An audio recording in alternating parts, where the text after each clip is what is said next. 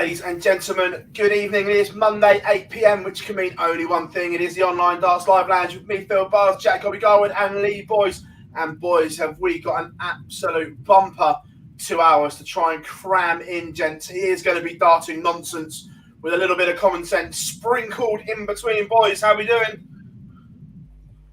Who's doing the common sense? The chat room? Yeah, not us, that's for sure. Certainly won't be Lee, will it? Hello, mate. How are you? Evening, mate. Evening. How are we doing? We all good? Is it 100% the Dart Show again tonight? Always a dart show. Always. There's no other sport that matters, even though I can see something over Phil's right shoulder. Well, you know, just keeping a casual eye to see how bad we can be this evening. But first of all, before we jump into today's show, I want to thank each and every one of you. Last week, we had our best ever live lounge in terms of live numbers. So everyone, thank you very, very much for joining us. And let's see if we can smash that number again. We've just shared some links on social media, so make sure you share it for us. Come and say hello. Drop us a like and subscribe to the channel. Boys, the Premier League seems a long, long way ago. Thursday night seems an eternity ago. Yeah, I forgot we were starting. I'm just trying to get everything open that we need. I'm like, oh yeah, Euro Tour ranking. Oh, for God's sake, Premier League. Yes, Premier League. Indeed. How can we forget that? I was going to say, whilst you're setting that up, I'm going to say hi to everyone in the chat room and welcome them all along. Max, Adrian, Craig, as always, Owen, Harry Rose is in, Paul, Kieran, welcome along. Mark, Mr. DP180, hope you are good. Malachi, James is in. Loads of talking points in there, and we will come to them. Don't worry about that. There is plenty going on. Harry, how are we doing? Yeah, there's loads and loads to get through. The PDC dropping news today as well, which of course was always interesting. A very interesting poster, which no doubt we will talk about in the coming couple of hours. Just to wind Gob up on the latest poster, there is no world number 3 or 4. Shock. To be fair, it was probably made before this weekend, so you know your boy was still in that echelon. They made it this morning. That's poor taste. But we are going to jump straight in, and we're going to start with the Premier League. We went to the Castle Shed in Exeter to start us all off, and that's how it looked before a dart was thrown. It looked a good night on paper, boys, before we dive in. When you looked at the way that it was set up, it looked good. Yeah. It's difficult for a week not to look good, isn't it? I think it was a difficult week to pick. I think it's probably the way to look at it, because we had the matchup seemed to be closer than some of the weeks where we've had. I know obviously they're the top 8 in the world, but we have had those gaps in some weeks where it's been a bit easier to pick. I think last week was the first week where I don't know if we had a day where we all agreed on one, which is unlike us. We normally jinx someone between the three of us, but not last week. Yeah. It was a bit split. But at some point, MVG, Price, Wright and Clayton are all going to be in the top or bottom half. I don't think they are. That's what I'm looking for now. Surely that has to happen. No, because they just be selective with which. If there's a Price versus MVG, then whoever Wright plays is in the opposite half of the draw. I genuinely don't think it happens. I don't think it happens once. They should all be, but I genuinely don't. I thought it did, to be fair. The only chance you get that is night 8 and 16. Yeah. If the rankings dictate that.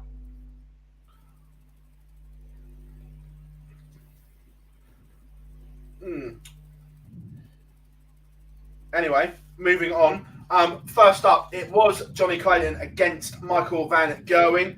And we all said that if MVG came through this one, he had a huge opportunity. And boys, he blitzed the ferret gob.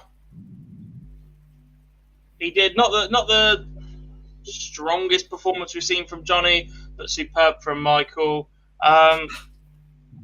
It's difficult not to say it now, but it's also going to be difficult to not say it throughout the rest of the night. I don't really think Michael was pushed at any point during the evening. It started with Johnny Clayton. Johnny was there. He almost just existed in this game. You never really thought that Johnny put any pressure on Michael. Don't get me wrong, part of that was Michael's brilliance, but I never really felt like that moment where he just excelled and was unreachable. You always felt like the opponent was waiting to step up and just didn't. Yeah. James, we'll come on to the TV bits when we talk about the UK Open, because again, being there, hearing arguments, shall we say, was interesting about TV stages. So we'll come on to that, mate. We won't neglect it now. We'll touch on it when we come to the UK Open. Yeah, so Michael Van Gerwen getting the job done. And then this one was full of drama. Boise, Bully Boy and Joe Cullen went all the way, but when it mattered, Bully Boy produced a blistering deciding leg. Yeah, that's all it was down to. You could sort of put the first 10 legs to one side and just look on that 11th one, and that's what it was all about. Michael Smith found a way to play in the last leg, which he was hoping to have kept with him throughout the weekend, but on Thursday night he found that way against Joe Cullen, and he was outstanding 11th leg and got the job done. Yeah, completely. And then in this one, the much anticipated clash, it was a bit of a damp squid, if I'm being honest. It didn't live up to the billing we gave it. Peter Wright demolished Gerwen Price 6-2 goal, but it wasn't really close, was it? I don't think it was at all. Peter Wright got out at the start again. I don't think Gerwen Price did. Simple. Yeah. Easy as. And then in the last one, James Wade, 6-4 winner over Gary Anderson. And look, this is the story of James Wade right now. Played well in this one. 97 average, was more than comfortable. Boise, we'll come on to the dip in the semi-final shortly. But in this one, Wade looked good and deserved the win.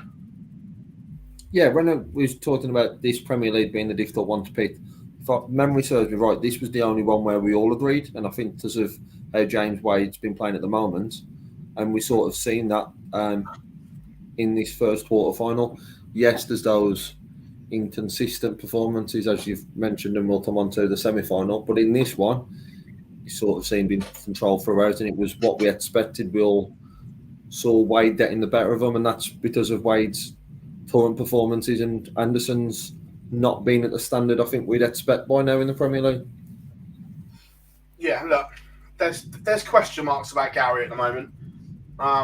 We'll no doubt touch on that. There's more than question marks. I'm genuinely quite worried about Gary. Look, when he turns up to a match play or a world championship and can coast through it and do what he does, look, he's still got ridiculous levels of natural ability. But in this Premier League campaign so far, yes, it's only 4 nights in, etc. Just feels like he's existing. Doesn't feel like he's competing. He's up there. He'll make the games look close. He'll be all right. He'll hold his own for a couple of times. But other than that, you don't really feel like he's just got that edge to his game that means in the key moments he wants it more than his opponent. I think as well, on that.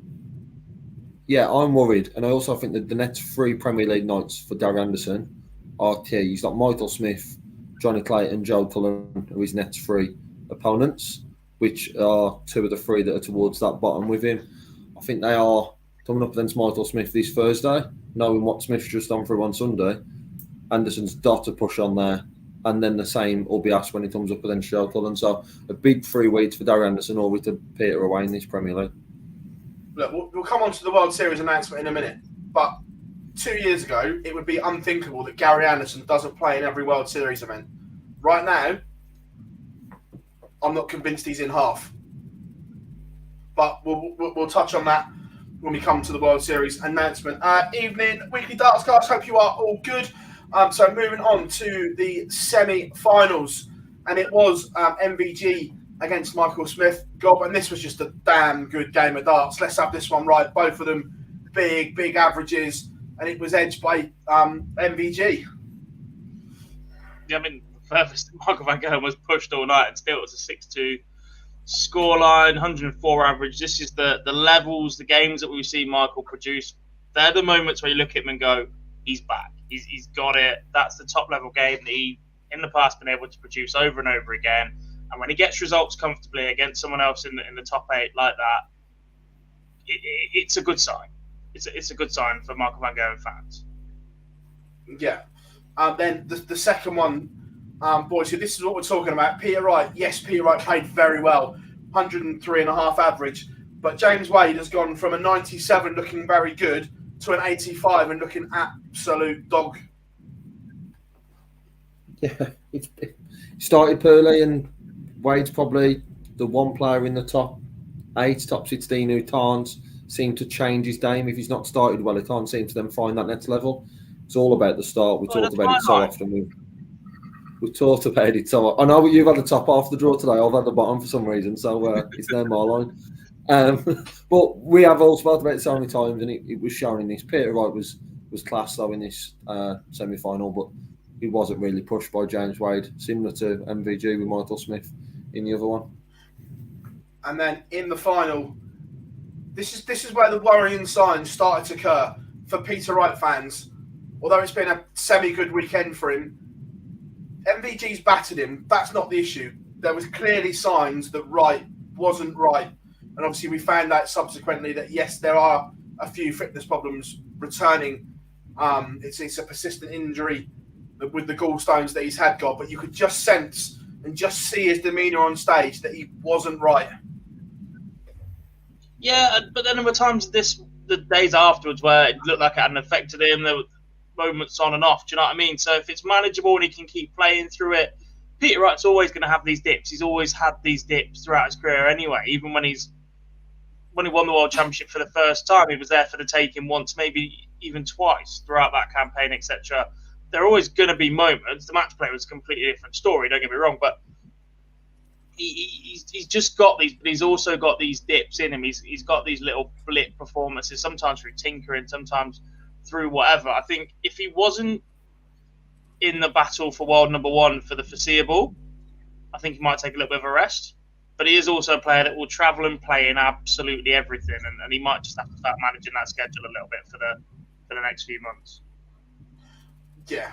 So MVG picked up his first Premier League win title, whatever you want to call it. They're calling them nightly titles. So he's won a TV title, everyone. No, I'm joking before everyone jumps on. But You better be. That is not a TV title. Hey, every game matters. Is it a major TV title as well? Because that might change the poll as well if Michael Smith's the number 1. You boys should carry on. Look, to drop only 3 legs through a night is world class. And look, there are signs that he's not 100% the Voldemort back yet, but there are signs that he's gathering momentum. That's how I'm going to put it at the moment. And after the 4 nights, this is how the table looks, and it's all a little bit congested. Look, the bottom 3 are slightly adrift, but with the amount of points available for a win in one night, this table can soon be spun on its head. But Peter Wright does lead the way. Everyone forgets there is an actual table in this Premier League, don't they, boys? Yeah, it is for Don, and it's just, as you said, it's a semi-good weekend from Peter Wright. He didn't actually win anything, but he's become top of everything. So yeah, he come away with not picking up the nightly win, he come away with not picking up the UK Open, but now he's number 1 in both. So a good weekend for him. But I'm just, as we spoke about Darren Anderson and Michael Smith, yes, winning a night and get those 5 points and jump you straight into it, but you've then got to back it up as well with a few others, and I feel like they are just being put adrift, those 3. So next week and the week after are key, or we might start seeing that gap. Yeah, and then from here, the mad dash to Exeter had begun. The players that played in the final wanted to get a move on. It's a fiddly little drive from Exeter to Minehead. So the dash then started, and all eyes turned towards the first ranking TV title of the year, the Kazoo UK Open, the FA Cup of Darts, on that Friday afternoon especially. It is the most manic day in darts, and it didn't disappoint.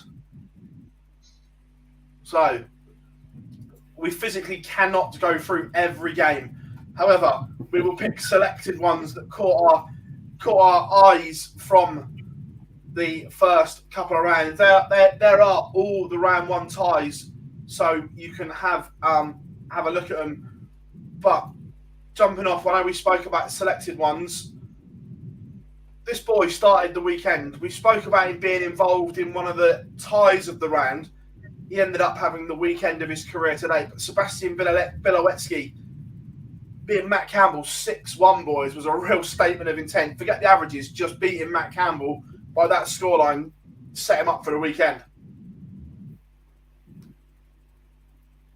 Yeah. Big surprise to see Matt Campbell play like that. Very, very disappointing from our side, who have, not even from us, I think, from a lot of people who have seen a lot of Matt Campbell for the last couple of years since that breakthrough in that World Cup team, and expect a little bit more from him. But that being said, it was handled pretty well by Sebastian. He got up there, he did his job. He would have been anxious going into this event because obviously it's the only PDC senior event that he's played in before, has got a little bit of history there.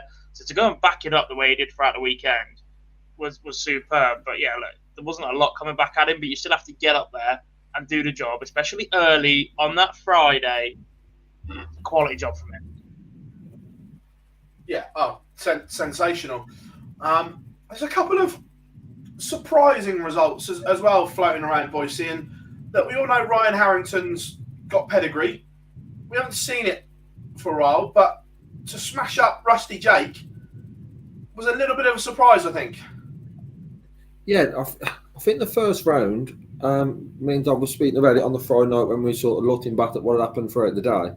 And some of the results didn't surprise me as much in the first round. It was more the manner of the storyline.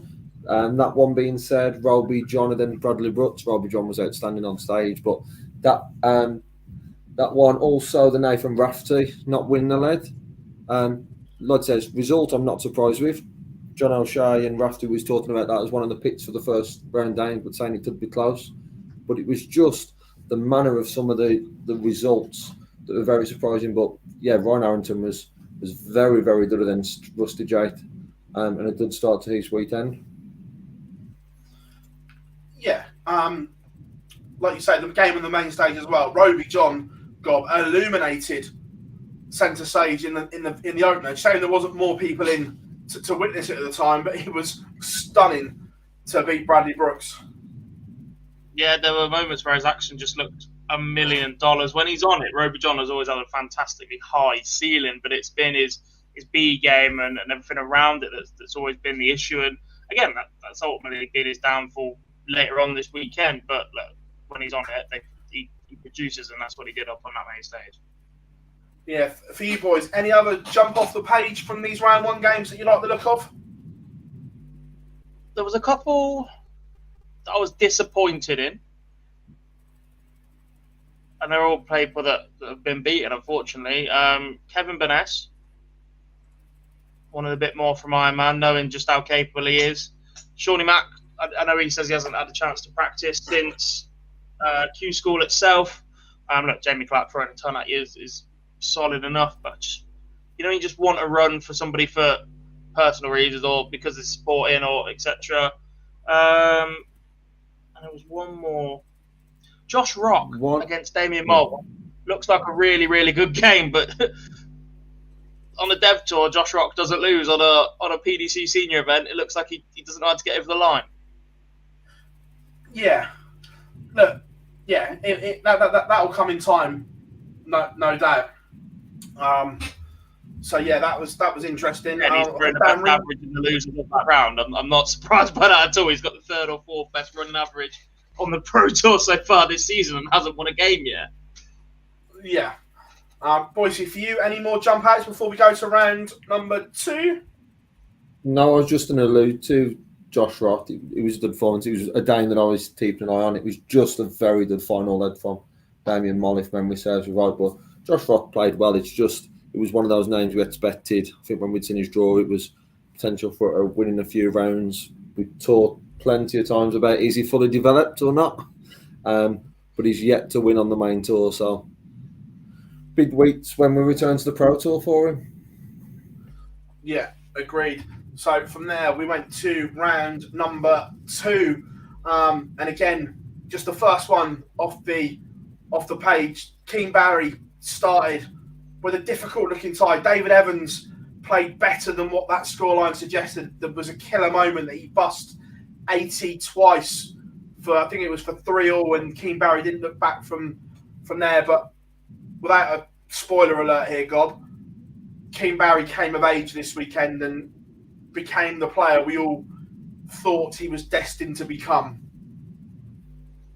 To a certain extent, yeah. Look, he's still very, very young, still got a lot of time ahead of him in this sport, and you don't want to put him and elevate him too soon, too quickly. But we have seen other players achieve success at the same age as Keen Barry before, and it's certainly one to keep an eye out now that he seems to have added an extra level to his game, an extra level of consistency, and is up on that stage playing without fear now through experience of being in that position before. He knows how to handle being up on a big stage. And every time he had to deliver this weekend, he did, basically. Yeah, completely. I'm going to hand over to you, Boise, because I always pick them. Which ones jumped off for you? There's one that was a very good game, and I watched it up on the outer boards. But for you, which ones jumped off? Yeah, there's probably 2 of the round 2 games that stand out. One I think you're alluding to, which was the performance of Yellow Klassen against Cameron Menzies, 3-ton plus Chet Edstrom. Yellow, it was unreal. But I'm sure you'll come on to that one. The one for me was the comeback from Danny Badish. Saw it on streaming board too, I believe. And at that point, the emotion from Danny Badish, for me, because he'd put so much into that game, and then the board was ready for him already. So he literally had a 10-minute turnaround to be back. And because of that comeback, 5-2 behind against John Michael, and that performance was the battling stills we've seen of Danny Badish before. Unfortunately, was too much he'd put into this game that the knock-on effect in third round, but it was a very, very good display from 5-2 down from Badish. But like I says, the game of the round for me was Yellow Klassen. Menzies. For you, Gob? Good question.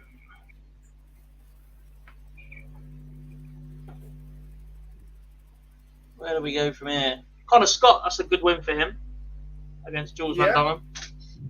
Very, very accomplished win for that.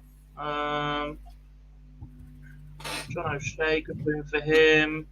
Yellow Cammy is the standout one though, isn't it? Like, to see Yellow play on the main stage the way he did against Mark Rice and nearly be taken out the round before, to then step it up all of a sudden and produce that against Cammy. Look, the pace would have certainly suited him. Being away from that camera and just being able to free himself up a bit too solid, yeah. No, I agree. There was Danny Jansen as well beating Scott Mitchell. That was a very tidy game, and it was quite loud as well up on boards 3-8 when that was going on. When the mullet to be feared beat the Farmy Army. It's some haircut, that, isn't it? It is some haircut. Or lack of a haircut, I would say. Yeah. So then, moving on to round number 3.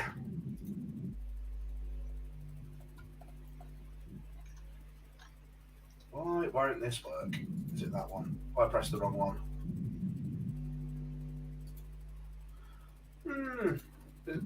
Why is the software having a meltdown? Boys, you talk around round number 3. Will I sort this out? Oh, that might do it. There we go. There we go. I'm using that anyway. It's all on Dark Connect. What a piece of software. Round 3. And then initially the standout is AD Lewis. That performance he put on stage was just unbelievable. I think he was only 0.01 from Robert John, beating him in the average for the first session. It was just sensational from Fabian Schmelzer, had a decent day. He'd come through it. But one game I was hoping would be on a streaming board was the Jim Williams Alan Suter one, because it went all the way. It was one that was probably always going to be close, but very, very good win for the Quiff against Alan Suter. Very difficult side. Another American I was probably a bit disappointed with was Danny Labour. Seeing him on the stream early on, he looked very good. So to see Andy Bolton get the better of him in round 3, I was disappointed for the American. Yeah. For you, Gob, in the round 3? It's more a sign of players that are in a bit of trouble. Steve Beaton going down with an 85 average. John Henderson not looking great, 83 average to lose to Darius Labanauskas. Jeff Smith looks like he's having a tough time of getting back into it this year. I think they're the ones. Ball and Barney was obviously ridiculous. That was a really good game up until the last leg. Yeah. When they both just had an absolute howler in the nicest possible way. I think if that's on any other stage, Barney wins it. But because it's back on TV, because he hasn't had the best run in front of a TV camera since his return, I think he'd have taken it out comfortably. I think Ballin panicked a little bit because of who it was against. But I think that possibly goes a bit more off stage, or it doesn't even, Barney doesn't allow it to go that far. Yeah, no, I'm with you. Also, one game or one player to mention for me, and it shows just how brutal that first day of the UK Open is. Robert John Rodriguez, who obviously was sensational in his first game, had to wait about 2.5 hours for his second game.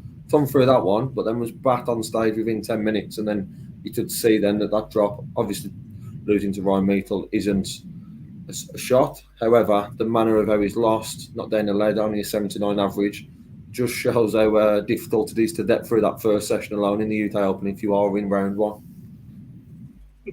When you said you had to wait about 2.5 hours and for Ryan to get his darts out of the board. Yeah. That was throughout that game. Yeah.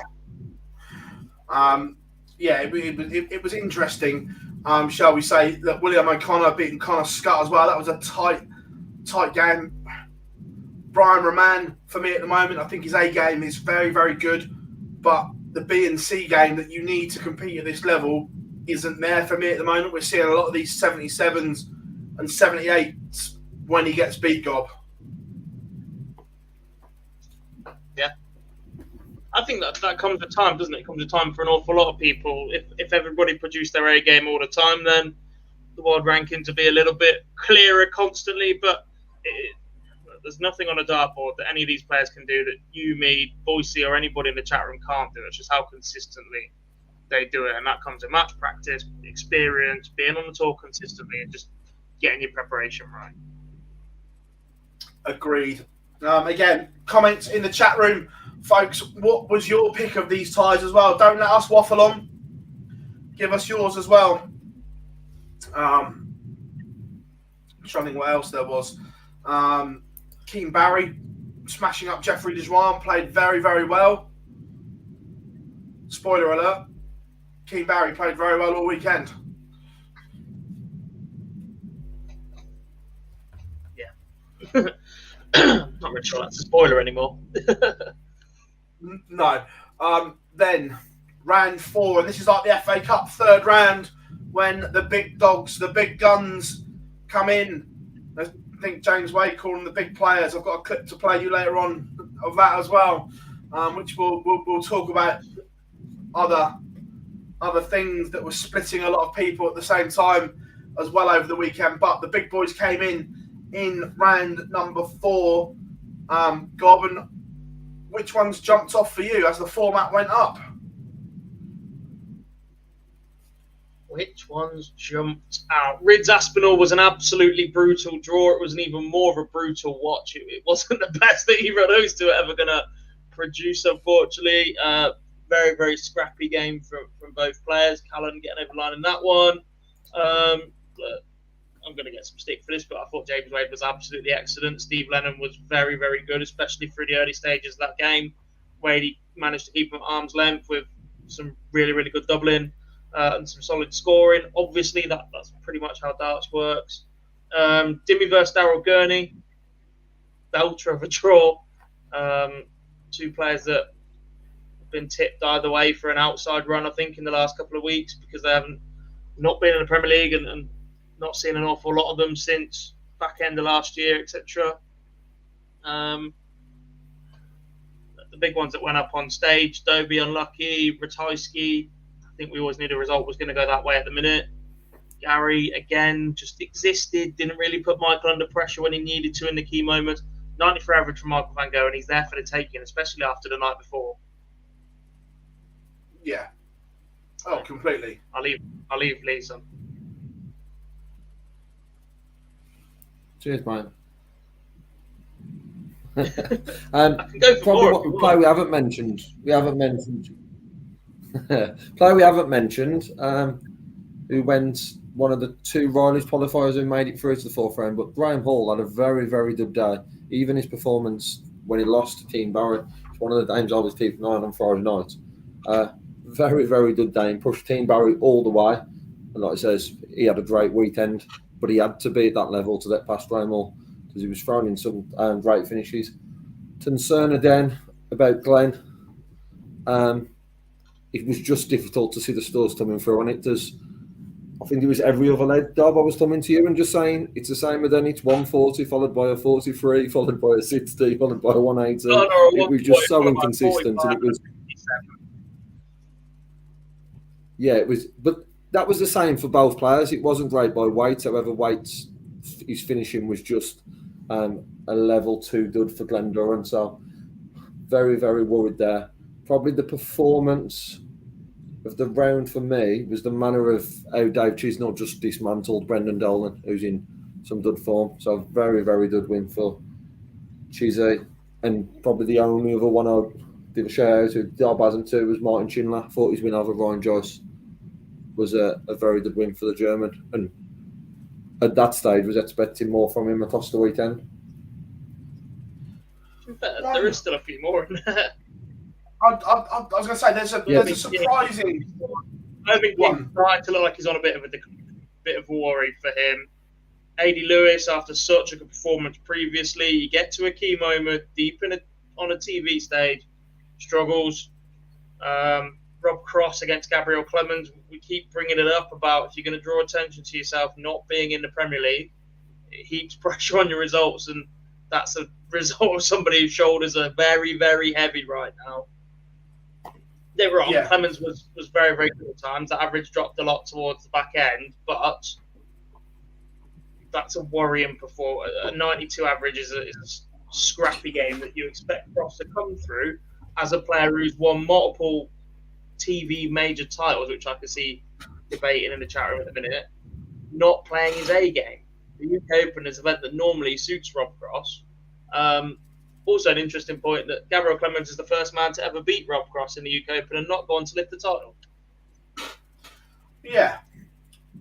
An interesting one. I'll tell you what, Vincent van der Voort was very, very good against Jermaine Wattimena. Very good indeed. Yes. Takes a while to find. Yes. Then, Saturday, round number 5. And this is where all the debates started about board allocations and everything like that. We'll come on to that in a more broadened topic shortly. But there was some intriguing names, shall we say, boys? You get the odd one or two every round. I don't think this was the most exciting round of the tournament. Damon's victory over Michael van Gogh was good. it was a very, very good performance. But in terms of shocks, in terms of matchups for the players, I don't think there are many in there that you've been tipping to go the other way. There's a couple. Yeah. I'll tell you again, we're going to talk about this man a lot more, but watching the final leg decided between Sebastian Bilowecki and Ian White, for such a young man, that boy's got some serious kahunas. Absolute kahunas. Ian White's fan club were on the barrier up in the multi-board room, giving it large, and you wouldn't even know it. He just carried on as if he was just walking down the street.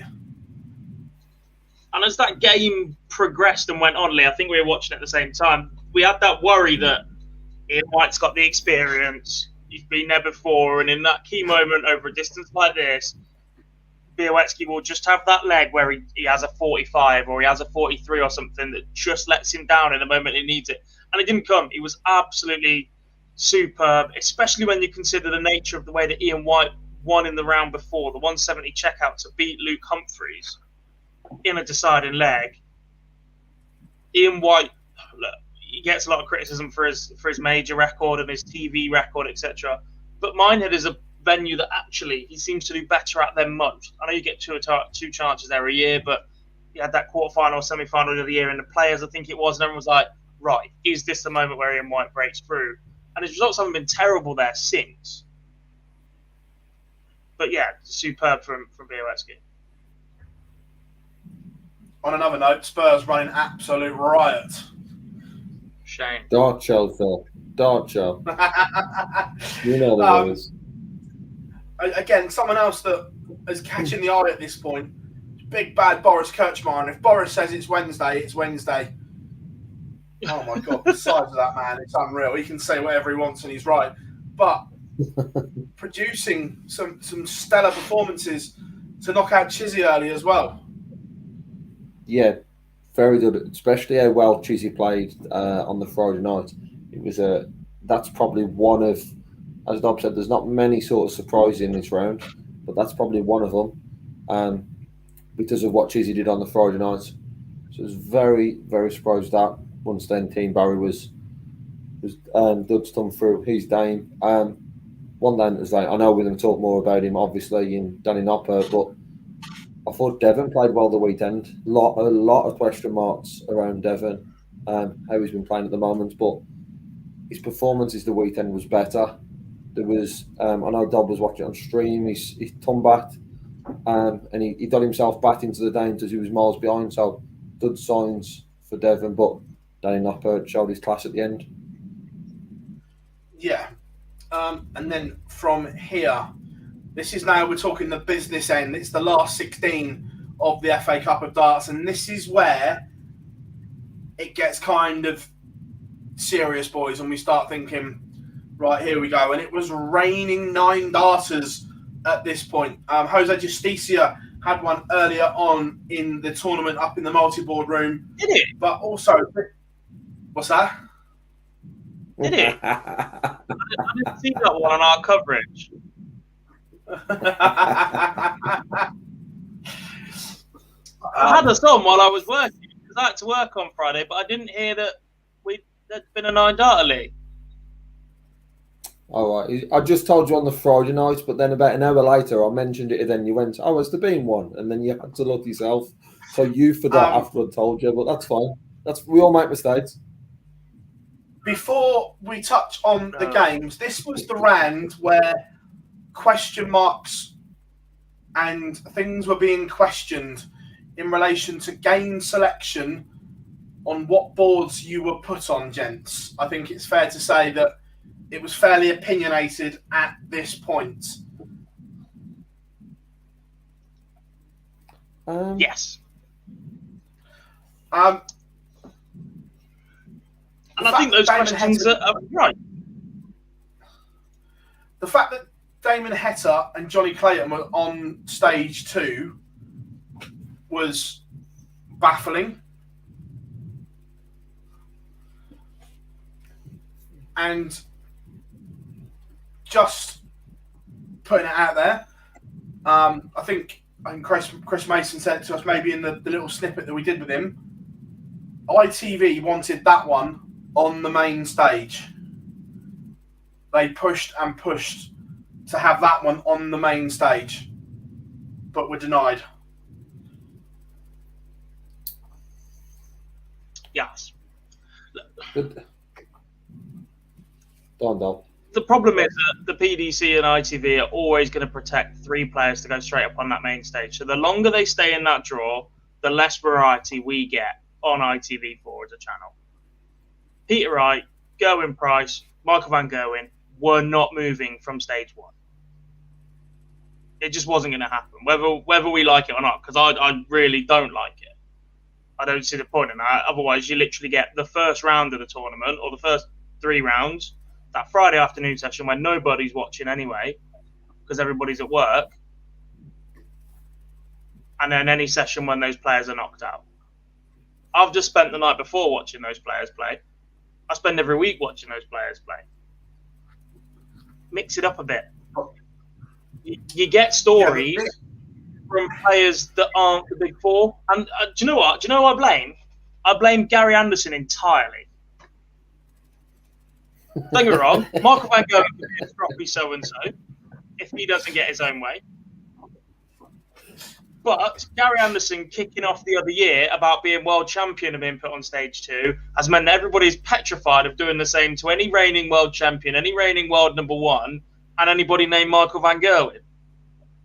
Because unfortunately, Phill, he's neither of those at the minute. Phill, I'm very surprised. It took 43 minutes for Dob to mount on this Monday. I thought this one was coming at about 2 minutes past. It's took a lot longer than I thought, but now he's started him off. Now he's off. I'm right, though. Let's be honest. James Wade should have been on the main stage earlier than he was. Whether people find him entertaining or whatever, the first opportunity, the reigning champion should be on that TV stage. Yes. Should he? Yes. Yes, he should. He should. Should he? You win that event, the first opportunity might be your last opportunity. You should get to play in front of that crowd as big as it could possibly be up on that main stage once more. You've earned that by winning the tournament the previous year. Yeah, but we all decided anything that was won behind COVID doesn't count. So... Who decided that? Got almost bit then.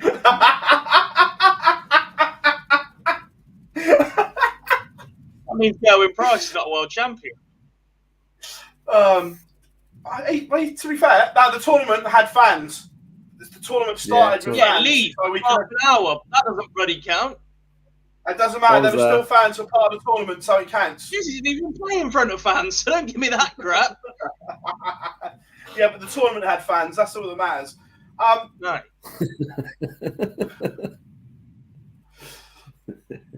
You know I'm right. Look, there is this protection over the top 3 and the constant debate over fairness versus commercial viability. We've literally gone blue in the face on this discussion about the Premier League lineup last year, and it's still ongoing. And the more and more you see these same players, the less commercially viable they become. People get bored of them.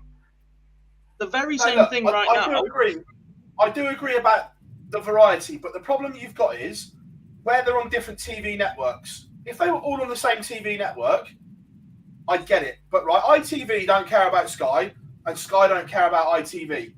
ITV care about their viewing numbers, and they want the biggest players on their platform to be showcased. So it's eyes on. I'm not saying I agree with this, by the way, but this is the problem when it's on different stations. That Sky care about their viewing numbers, and ITV care about their viewing numbers, and ITV want their viewing numbers to be the best, and that involves Snakebite, Gezi, MVG. I get that. I totally get that. However, for me, there's the stories there that we're not. The stories there we're not seeing. Yeah, there's stories there we're not seeing from the bottom boards. You don't know if they're going to happen, so they are a bit more of a risk. But for me, it's a massive lack of respect, I think, to James Wade that he's not on that stage. even if it's just for his first game back, if he was on there for the Friday night, and that Friday night stage was very good, the players there. However, 2 of which were repeats of players who played on games that could have happened on the Thursday night. But for me, champion should be on that main stage for his first bat. Same next year with Danny Noppert. Danny should be on that stage next year for his first game in whatever round that is. Ben, I don't think Viaplay had a direct say in it, but I think the PDC's decision was because of Viaplay. Does that make sense? Viaplay wouldn't have had a say, the same as ITV didn't, because ITV wanted Johnny and Damon on it. But I think that decision was definitely made for their benefit. I 100% agree.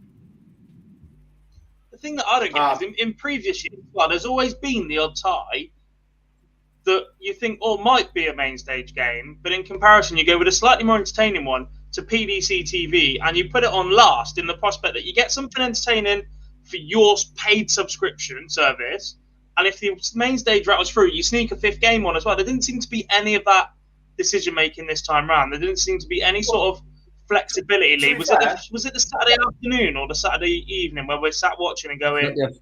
There was literally the main stage on for 40 minutes on its own or something ridiculous. And you're like, because Johnny Clayton was on board number 8, right?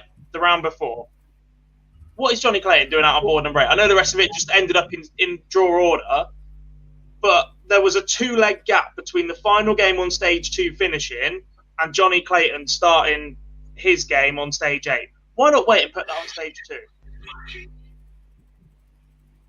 That was Friday night, I believe that one was. And then there was a similar one on Saturday afternoon with, I think it was O'Connor and Bunting. Stage 2 was just Reds finishing that hadn't started. Because we had 2 10-8s and a 10-9 before that, or 2 10-9s and a 10-8. So there's opportunities there to move them. I found that very strange. Well, the thing was, that's why Hesser and Clayton went on last on board 2 with the hope. But all you had to do was look at the pace of the games on the main stage. No chance that it was ever going to make the main stage because of the pace of the games on stage 2 to stage 1. Just wasn't going to happen. But back to the darts, we've had our moan. We'll touch on this more when we speak about the World Series as well, no doubt, shortly. But in the last 16 games, this was the interesting one, or the interesting ones, plural. Danny Noppert absolutely blitzed Dirtman Divan Bowler, wasn't even close. Wadey, 9 darter to beat Boris Kirchmar. And again, Wadey was in control, but you always felt that Boris had a little bit of a chance because Wadey couldn't shake him off. Yeah, bang on. And look, Boris is. We saw this an awful lot, didn't we, this weekend? More than ever before, I think. And there was a lot of players wading, if you like, that were just incredibly difficult to shrug off, despite, in terms of averages and level, being miles behind their opponents. We saw Devon and Yellow play similar. Obviously, the final, spoiler alert, that was very, very similar. We saw it a number of times this weekend where you're just clinging on, you just pinch the odd leg, you have a steady hold on your own throw, nowhere near on your opponent's throw, and make yourself difficult to shrug off. And this was one of those, look, Wadey was solid and he gets over the line. In the end, there was a moment where you thought, oh, God, here we go again. James Wade's at 9, so he's definitely going on to lose the match, because that's what tends to happen. But, yeah, good result for him, good performance for him, set it up nicely for him. Just doesn't get the job done afterwards. Right, we've got a quick, it's only 8 seconds. From the interview was only 90. Honestly, one of the most horrific things. And to be fair, we had to cut a load of it out from the Dutch boys, bless them. But this was the one of the highlights of the weekend. Obviously, with the previous games, I guess I wasn't eligible to be on that main stage, so I'm happy to be back here. So with the big players. I think it's safe to say he wasn't too happy. I thought that was going to be. I thought that was going to be a clip of a certain member of our team celebrating his 9 darter. That's what I was expecting. That would have lasted longer than 8 seconds.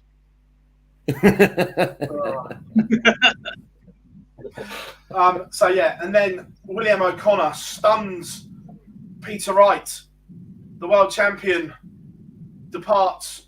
Played okay, but O'Connor just did, as Michael Van Gogh would say, the right thing at the right moments. Exactly that. That's what this game was. Peter Wright, obviously there was concerns going into this weekend with his after Thursday's final, but he didn't really do a fat lot run on Saturday night. But O'Connor just stepped in, as you said, right things at the right time, and a great win for William O'Connor. Obviously wasn't to be for him on Saturday, but it was on Sunday for Wright. Yeah. And then Gerwyn Price, this was his best performance of the tournament.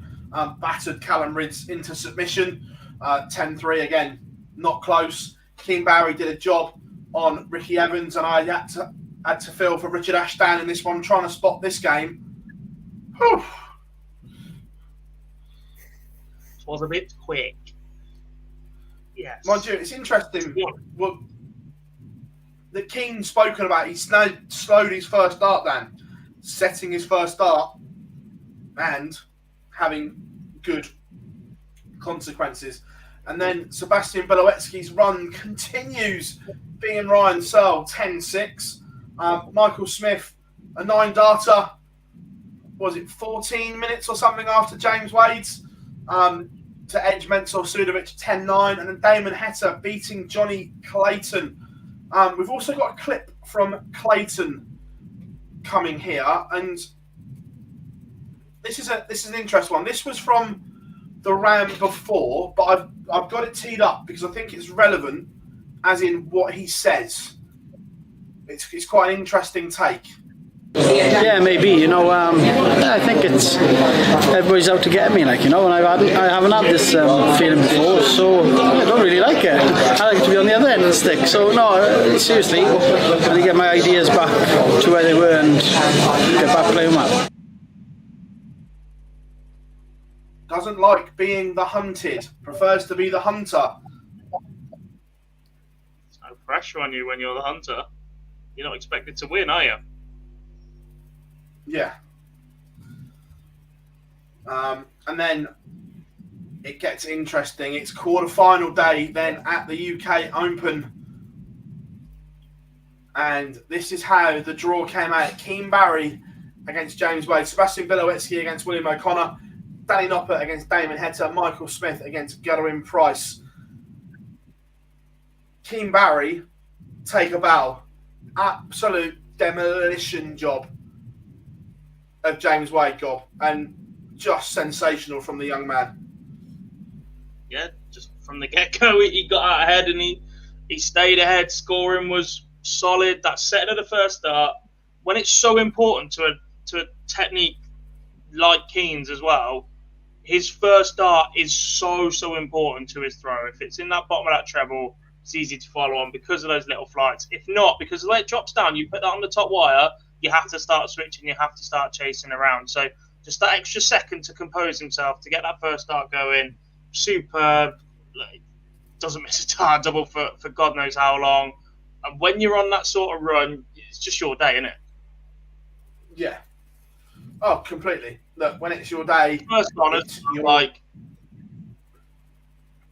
on, you get the experienced pro. He normally gets a bit of time to get himself into the game. James doesn't get that, and once he's chasing, you never really fancy it, do you? Yeah, and then this one was just full of drama. William O'Connor edges past Sebastian Belowecki 10-9, Boise, but over this weekend, a genuine star was born, I think, in Sebastian. We saw the 9 darter behind closed doors at MK, and the non-tour card holder getting to the quarterfinals of a TV ranking title, just sensational. And for me, the story of the weekend. Yeah, but it was one we were speaking about early on in the weekend when me and Dob were talking about the what board you was going to be on. For someone like Violetti, it was better for him that he was going through this, being on the boards that are not streamed. And a great story, some great performances across the weekend. Unfortunately, wasn't enough to that over the line against William O'Connor, but to see him dead on our screens, putting a very good performance. Says he's very, very vocal on social media about the local and national tournaments that he's winning and the performances he's putting in. So it was good to see him come to a PDC TV event and put in those performances all weekend. It's a very, very good win. Hopefully see a lot more of them this year. Issy, I don't know what price Noppy was, but it would have been big. Also, Raymond says, get him on the live league. Don't you worry. You all know it's coming. John O'Shea is there as well. At home with Maisie as well. Hope you are all good, mate. And then Danny Noppert against Damon Hester. Did the Heat just run out of steam, Gobby? Put in the career highlight day for him the day before, and the massive high just couldn't get going. Couldn't replicate that performance. Yeah, no, it's the first time really you come up against somebody that's just that little bit more methodical than him. Not massively, but I also don't think that helps. When you've got Michael Van Gogh and Johnny Clayton rattling off visits against you, you can control the match. Danny Noppert can take that control away from you just as much as you can take that away from other players. And I don't think that helped him at all. I think if somebody's rattling off legs in front of him, he's genuinely a better player than if it's a tight, scrappy, little methodical affair. I'm not going to call players slow. I'm going to call them methodical. Yeah. And then this was one of the most talked about games and everything that went with it. Michael Smith beating the Iceman Gerwin Price, and there was consequences which will come on after to that as well. But I've got to say, we didn't have the sound on in the media room for this one. But by all accounts, was it as bad as what everyone was saying, the whistling? Yeah, it wasn't great. And probably to venue where I wouldn't expect it for Price. We spoke a lot during the weekend about how much support Derwin Price gets in Minehead, the amount of Welsh fans that are there. It was bad. We talked about how good it is when crowds are back and how good they've been at certain venues, but it was very, very disappointing to see it then for Derwin Price and have the impact. It was good to see the message that was exchanged between the two players afterwards. Smith, as always, being a great sportsman at the back of the stage, trying to get the crowd to behave better. But yeah, it wasn't great at all, unfortunately. And not the way you wanted to see Price depart. You wanted to see with, someone beating him with doing something special. Yes, Smith played very, very well, but you didn't want him to go out that way. I certainly didn't anyway. Fair enough. Jim McEwen is in the chat room. Congratulations. We're going to touch on the live league shortly, mate, and how you've not been picked for Scotland is beyond me. Their loss. So that was the quarterfinals. Moving on, the final four in the UK Open. First of all, Team Barry, the first part of this game, sensational. The last 9 legs from Michael Smith, nothing short of world class. 9 legs on the spin, averaging 115, Boise. Unbelievable. Before we touch on the game, can we touch on how we did the draw for this semi-final and shoot them? Because pairing up the 2 entertaining players and the 2 not so entertaining players did not help at all. Once the quarterfinal, I was arguing with people. I was like, full well where this draw is headed. It's heading for a William O'Connor, Danny Noppert semi-final, and it happened. Carry on. I'm really not happy this Monday, mate. Really not happy. Yeah, back to the darts. Yeah, Smith was just unbelievable. Those, was it 7 leads, reeling off everything. No lead over 15, I think it was. It was just incredible. Team Barry, like I said, started the game very well. Was then the question marks probably started at the start of the game saying surely Smith's not gonna mess it up here. We'll get back into the final, and he put in that run at the end was similar to what Peter Wright done to him in the world final. Just smashed through 7-8 lads where he was just unplayable, and there's not a lot that Team Barry could do. It was just a great, probably one of the best performances this weekend from Bully Boy. Oh yeah, it was nothing short of sensational. So the Bully Boy was into another final, but from there, Danny Noppert produced a comeback. I'm not going to say stunning comeback because it wasn't a particularly great game, but it was gritty, it was determined, and the freeze gob was into the final. It was indeed. I'll be honest, this is. I don't know why I'm complaining about how lack of entertaining these two are because I didn't actually see this game. The fact it took so long allowed me to get home from where I was to watch the final, so I appreciate that bit. Fair one. To make his second TV major final is superb for Willie O'Connor to produce this run. Willie O'Connor seems to be another player that really likes Minehead. I remember 2 or 3 years ago now, I think he bust 4 of my accumulators in 4 rounds in a row. It was him and Darryl Gurney that just didn't know when they were beaten, and it's just such a... Willie O'Connor and Boris Kirchmar are very, very similar to me, and their action is just so straight down the line. You don't get a lot of variance left and right. They just don't back it up with enough top high scoring 140s, tons. Don't find multiple treble visits. There's a lot of 60s and that in there, and that's my issue with that one. So we had a final. It was Bully Boy Michael Smith taking on the freeze Danny Noppert, and I still can't quite believe I'm going to put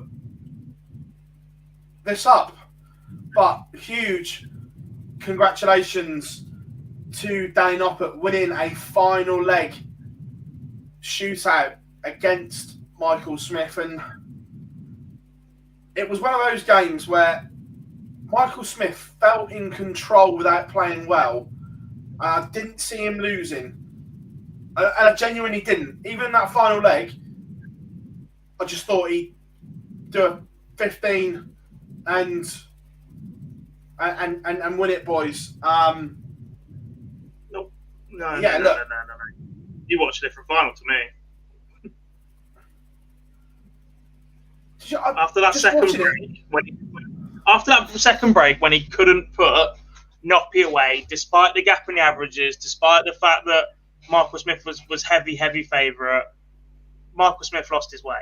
It was the first time he went into a final where he was significantly the favourite. Let's be honest, he run into God knows who before that, Michael Van Gerwen and whoever else in every final that he's played in. And without being disrespectful, this is the first one that Michael Smith has truly been expected to win. Even before he threw a dart, Michael Smith is winning this title. Nothing else happens. They both just have to turn up and go through the motions. The longer the game went on without him being able to eke out a solid gap from Danny, and even from the moment that Danny first broke to lead Michael Smith, look at the pace the darts entered the board. It's difficult to talk a lot about his action because for the final, the production was crap. And it wasn't great over the weekend at times anyway. But for the final, they started moving away from the split camera an awful lot, and you didn't see it. But Michael Smith started to panic.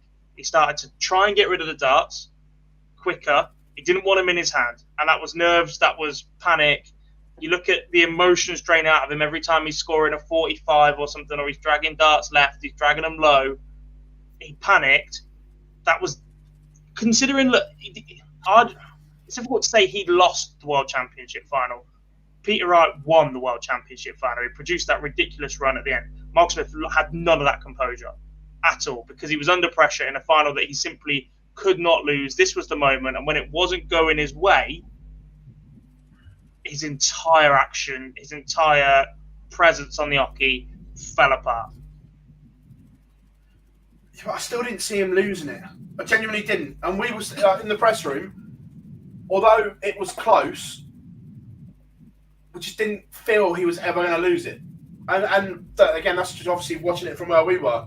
But but Danny Noppert took his chance, and the last leg from Noppy was under pressure to find a 13 dart breaker throw in a final. That takes some stones.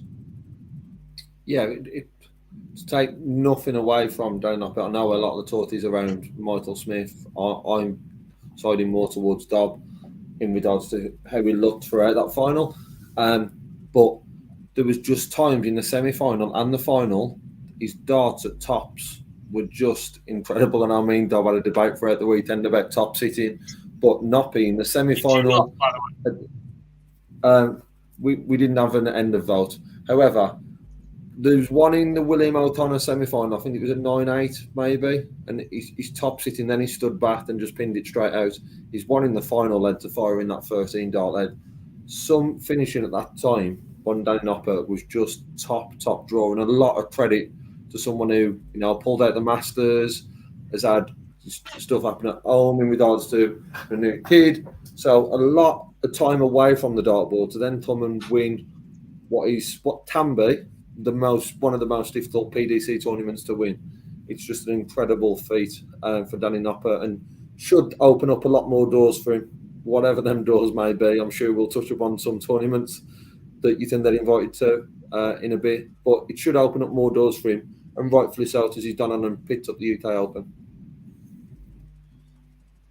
Yeah, no, agreed. Look, the production wasn't great, and people jump on Twitter and blame the spotter. It isn't the spotter's problem. It's the director. Whoever's directing the show has control of where the cameras go. It's not the spotter. Is the thing. So I don't know who cameras they've got preset to doubles, because what you will see, and sometimes the reason why you miss the double going in sometimes, a little bit of insight into it, is because if they've got a camera set on the treble, they won't move that because it's solid. So that one will always be there. They'll have one that's always sat at the bottom. They'll have one that was squeaking through the doubles. But if they've got to get from one side of the board to the other side of the board, what they'll do is while that cameraman readjusts and tries to get over there as quickly and as accurately as possible, they'll cut away from the shot and then go back to the player, so you don't see the camera swinging across because it looks crap. Well, if they don't cut back quick enough, or that cameraman doesn't manage to get over there quick enough, by the time they cut into the image, the dart's already in, especially for players like Michael Smith or Keane Barry or whoever play at 1,000,000 miles an hour. I'm not going to give it away, but that's why you need a setup like we have at the Live League, because you don't need to swing cameras around. Same on the Euro Tour. Look, if you use the correct setup like they do on the Euro Tour and things like that, the magic is done for you. That's all I'm saying. But yeah, it wasn't good. But ITV as well missed a huge trick for me, not getting Webster in for the final day, because he was magnificent throughout the whole thing. For me, there the was ITV no Welsh punditry player. team. What's Price lost? That would have been it. He's got nothing else to talk about. The ITV punditry team, for me, just needs a massive shake-up. Mace's top draw. I don't like Alan Warner as a pundit. I like him as a person, great bloke, but because of his position within the PDPA, can't give opinions and as a pundit and a commentator, I want them to be giving opinions and what's going on. But because of his position in the PDPA, his hands are tight. But that's not his fault either. I'm sure if he didn't have that position within the PDPA, he'd give them. But he can't do it for me. John Rawling is a great broadcaster for boxing. However, his darts knowledge is shocking. Absolutely terrible. I know you two are laughing, but I'm just telling you how it is. I'm just ending the poll. I feel like now's a good time to end the poll. While you tie us over. I know Boise's. I can see Boise smiling away. Look, John Rawling is a great boxing broadcaster. 100% superb. But his darts knowledge is genuinely horrific. I'm just thinking what my rant's going to be about. Dobbs had his, you're having yours now. I'm just trying to work out what my rant's going to be about on tonight's show. I've not quite thought of which one it Manchester is. Derby. No, Dart show, Dart show. Dart.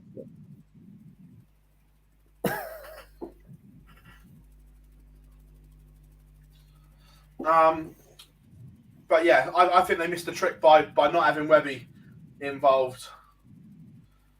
Sam, I disagree a little bit with that because when you watch Adam Smith behind the scenes, he's beavering away trying to get information. John Rawlings has been commentating on darts for probably 15 years.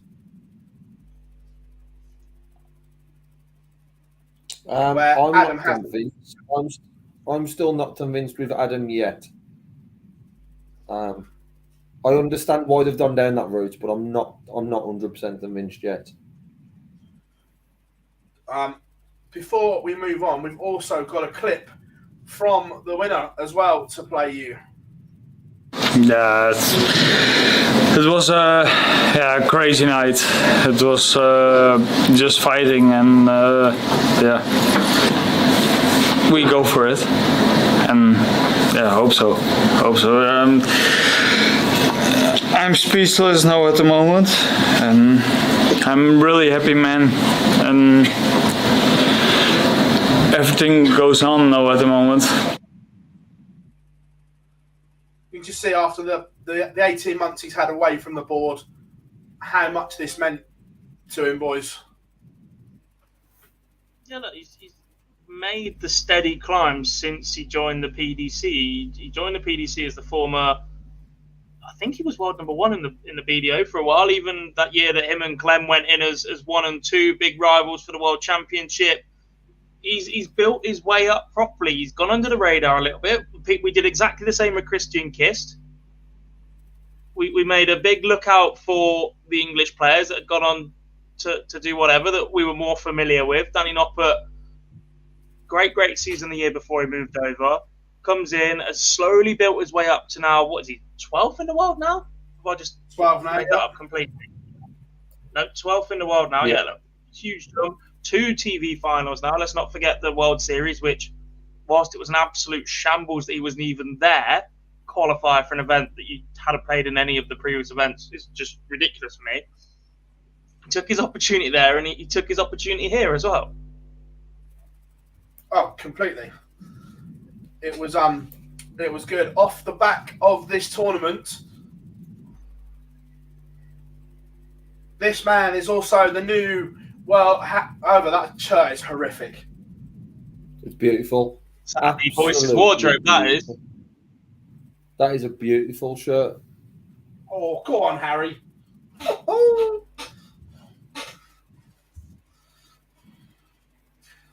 But no, huge congratulations to Peter Wright, the new world number one. It's going to be interesting now, boys, as well, because I think we could see him yo-yoing across the year, to be fair, until around the Slam.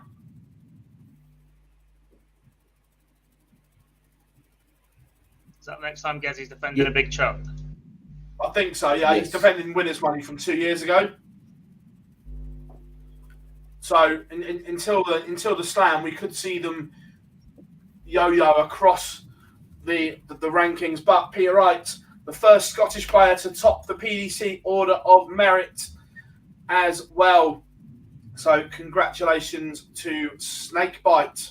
He's not defending Slam this year, he's defending Grand Prix. Sorry, that's what... I knew he was defending one of them. That's what it looks like. Yeah, anyway. Slam was behind closed doors, wasn't it? So it was Jose's. I knew it was one of them. I knew he was defending a chunk. Until then, though, 10k at the match play and a few Pro Tours, nothing at ET2. No. So that was that. We'll do this one next. Congratulations to Jim McEwen, who was the Phase 1 Champions Week winner and played some sensational stuff as well. The final was superb. Didn't see the groups because I was still in the media room, but watched the knockout stages, boys. Champions Week delivered in the live league. Champions League was unreal in the live league. Had it on while I was working in the background last week. Superb job by all the team. Chris Murphy even doing an interview where, bless her, she thought it was the bloody referee. That did make me chuckle. Absolute terrible. oh yeah, you're going to be calling your 1/8, man. No, not really. That's not my job. That's what Paul Hinks does in the corner. We had the 124 in game. Paul Hinks is at it again as well. But yeah, look, I've spoken to Jim on Twitter a couple of times. Absolutely superb from him. To do it 2 weeks in a row as well, because let's not forget qualifying the week before, to be down there for as long as Jim was, to have the break between the final week of that stage and then Champions Week, and then to get through Group A and have another couple of days off as well, and just sit around in a hotel room basically is incredibly tough to do it. So to get up and produce it the way that Jim did was superb, nice and solid. And yeah, like Phill said earlier, the fact you're not in the Scotland national team is an absolute joke, pal. How can you win this, be in the WWF World Championships and go, nah, you're all right? Absolutely ridiculous. But congratulations to Jim. It was all good. Also, PDC dropped this news on, I think it was Saturday. I can't wait for this, to be fair. The Barry Hearn autobiography, the gaffer, is bringing the book out. This could be interesting, gents. Depends what the lawyers have said can go in and what they've said can't. Yeah, can we see the draft? If we didn't see the draft as well, that'd be great. I'd rather read the draft, I think, than the actual release. But can't wait for that one. Also, this one. Go on. The follow-up, when he's fully retired and isn't pulling strings still, will be more interesting, because then he can't put himself in any trouble. This next one's great news, and it's also going to open up debate. PDC dropped this only around 5:30 tonight. We have a complete World Series, boys. It's there. Great it's picture. Complete for the first time in 2 years. This is exciting. I've never been to TBC. Is it any good? Right. That's fair. There's a fair chance it's going to be in Germany. Said it's more of a fair chance, but yeah, it's just not written down yet. You've only got to look at that. So that week, you've got Copenhagen, June 10th and 11th. Then you've got Berlin for the Premier League on the 13th. 14th and 15th, you've got Pro Tour in Niedenhausen, is it? And then 16th, 17th, 18th and 19th, you've got the World Cup. You haven't got a lot of time to get anywhere else. Not really. It's a fair shout. It's going to be mainland Europe. Yeah, mainland Europe is 100%. It's just whereabouts in mainland Europe. Yeah. But what I did find intriguing was the poster, because we knew that Fallon originally was doing all of the World Series, and in the rescheduled ones, we knew she was going to New York. However, looking at that, I think she's got the lot again. I think she just sells. She could be in none of it, but as last year's runner-up, she's going to be on the poster. Does it work like that?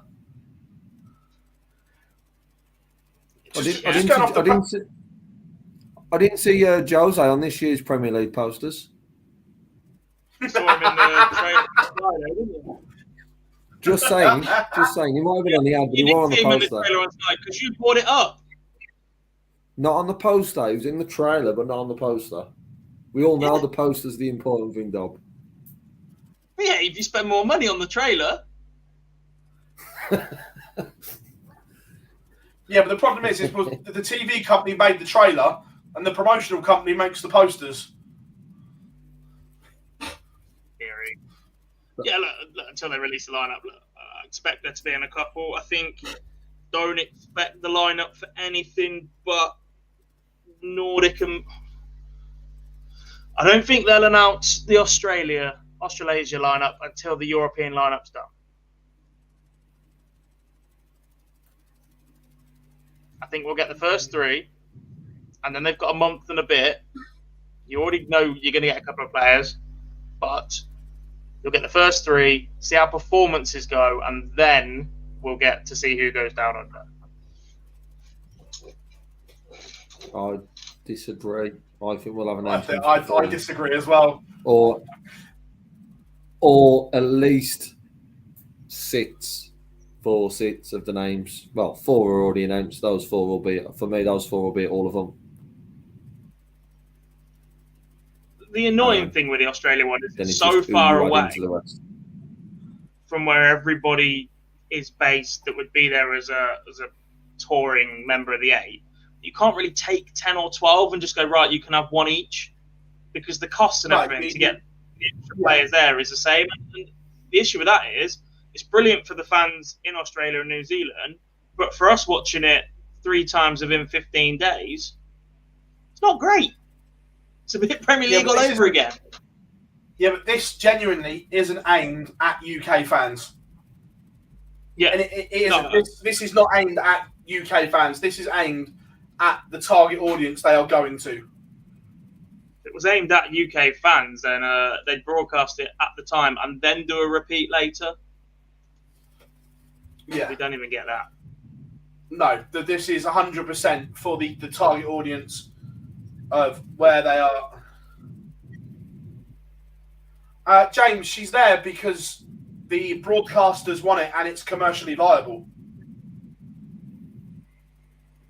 Plain as.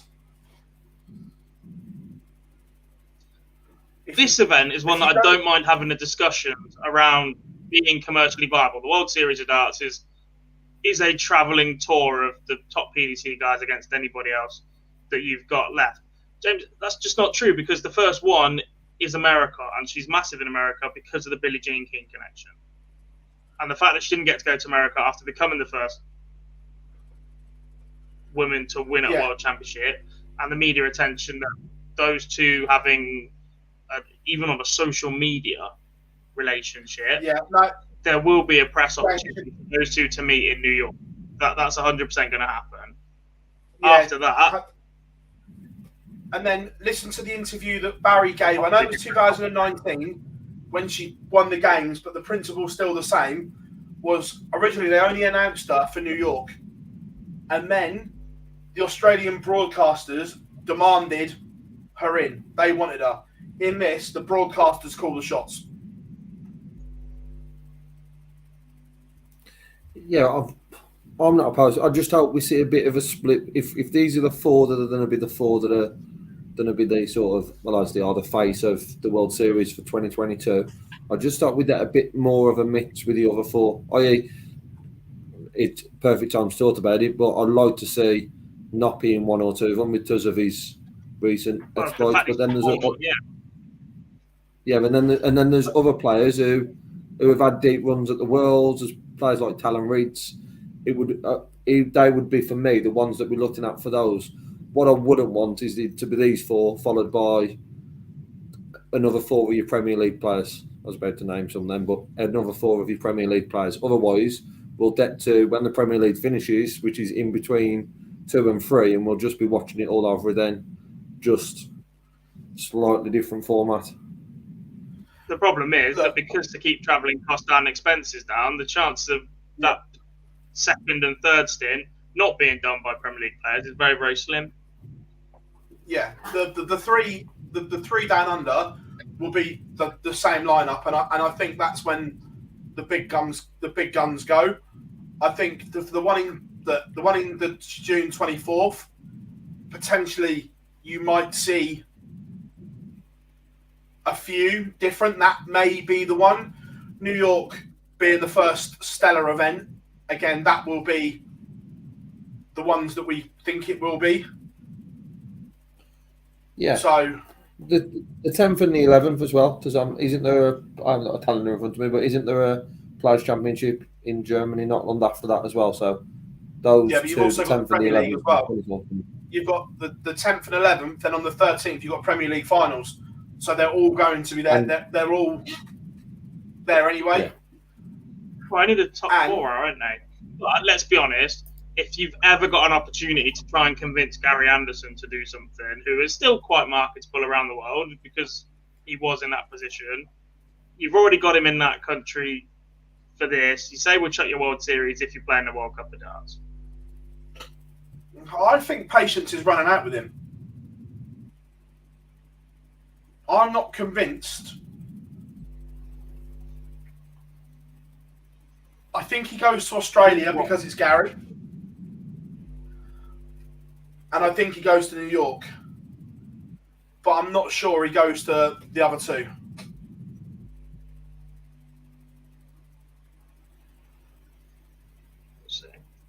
The other issue I've got is, I know we've always had Simon and Kyle and Corey to an extent, and now Damon, but with Gigi over here, etc., I think the Australia leg is becoming a bit more, well, we see these guys every week.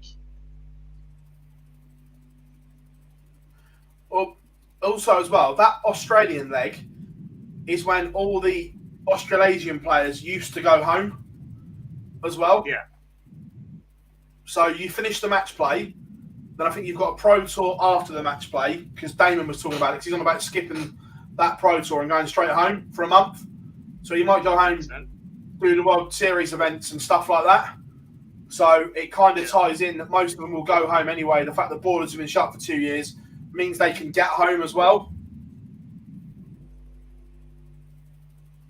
Yeah, there's 3 players championship events the week before, the 3rd, 4th and 5th of August, which obviously the match play finishes early this year, I think, a week early. So there's a 2-week gap before the match play and then players, and then the following week then is the Queensland Darts Masters. So if you didn't know at one point, it seems the right time to do it after the match play.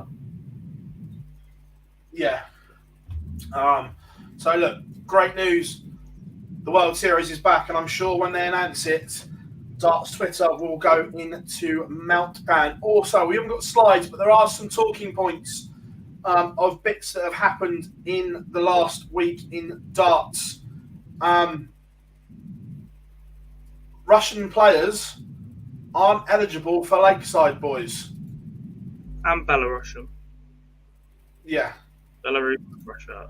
But yes. Yeah, there's 4 players in the lineup. But given what's going on in the world, the WWF initially came out and said that they wouldn't, but after the IOC did that and then changed their standpoint, I think every major sport in the world is pretty much headed for the same direction. Look, the Russian Paralympians have been allowed to compete, and the first thing that one of them does when they're on the podium with a Ukrainian is wear a Russian war symbol. It doesn't look good. You start making allowances and exceptions to compete as individuals, and then you send out a message like that, and it's just a bit of a mess, sporting wise. I know there'll be plenty out there that feel for the players that don't agree that politics and sport should ever be mixed, but it's been used as a tool for long enough now, and I think it's something that we've had to come to expect. Yes, it's incredibly harsh on some of those players, especially if they don't agree with it, but you're not exactly going to go around and poll the players saying, do you agree with it? No. You just don't want to put them in that position. It's harsh that they've worked so hard to make this event and to qualify, but that's the stance that has to be taken, and you start taking away the little things, and hopefully that's when we see big changes from what's going on. I want to speak. I don't know. Again, no one can judge what she's going to do. But if you're Anastasia, do you play under your British passport? I don't know if she's allowed, if she's registered as what. Do you know what I mean? Like, there wasn't any comment on Anastasia specifically on the WDF press release. It just said further communication be sent out regarding the updates to the lineup as soon as they can. So again, incredibly harsh on Anastasia, but the minute you start looking for loopholes and one person finds one, everybody's going to find one. But I think she can, because she does have a UK passport. I guess the other part to it is how the rest of the field would feel about it. you would like to think they'd be fine, but everyone's got different opinions on it. So it is going to be an intriguing one to see what happens there. Like I say, hopefully from a spectacle point of view, you want to see her playing in that tournament because she's one of the top women.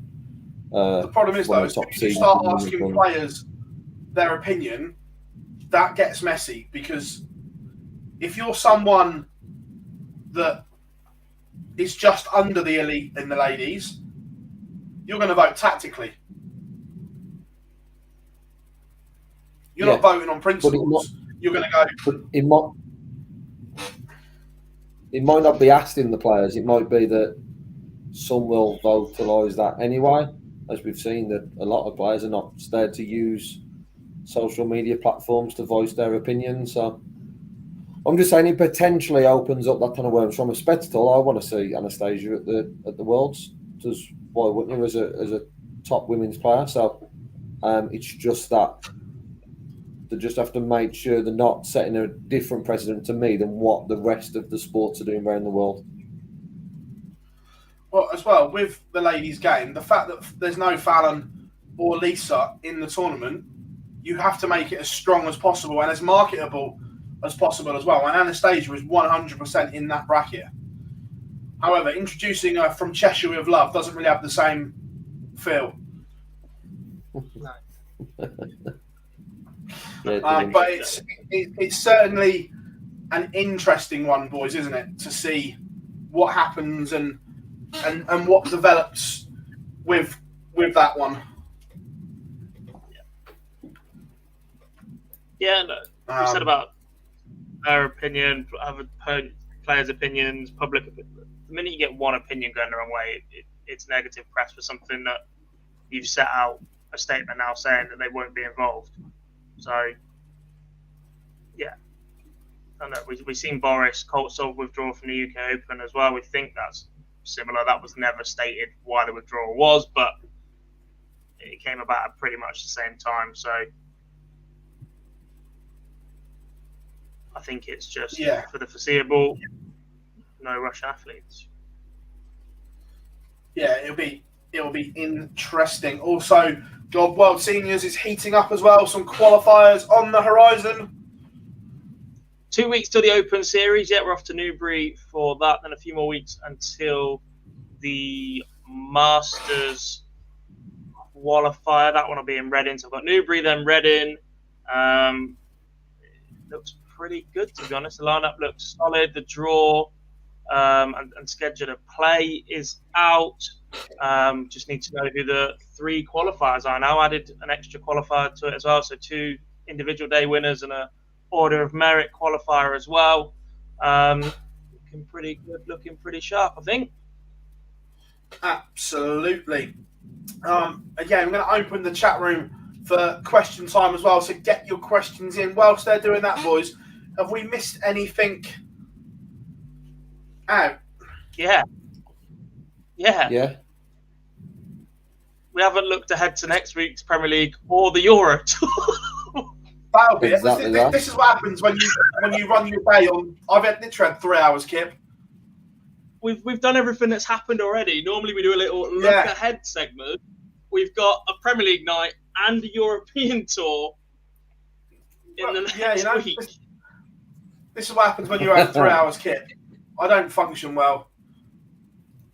The best thing about that is what people won't know in our little mini green room before we come on air. This is exactly what we was talking about, Phil. Was the Euro Tour, and we've just missed it completely. That's all good. So look, I even knew about it because I knocked up stuff for it. So we do go back to Brighton after 3-year absence. Obviously, part of that with COVID, but definitely 2 years. But 4 nights, 4 different winners. Will we have 5, boys?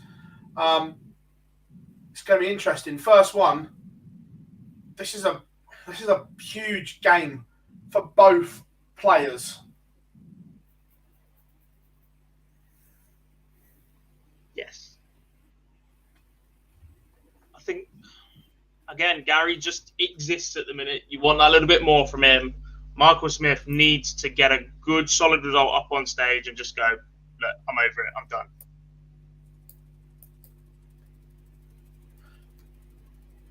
But who wins it, boys?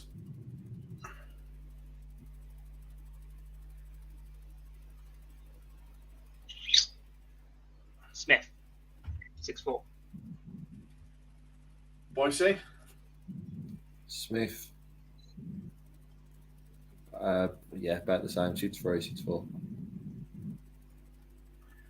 Gary Anderson, 6'4".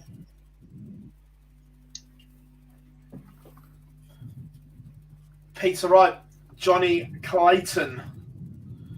Again, the subplots of this one, which I really, really like. Again, hopefully Peter is well rested and his gallstones are sorted. And Johnny needs a win. Not fired since Liverpool. Boise, how do you see this one going down?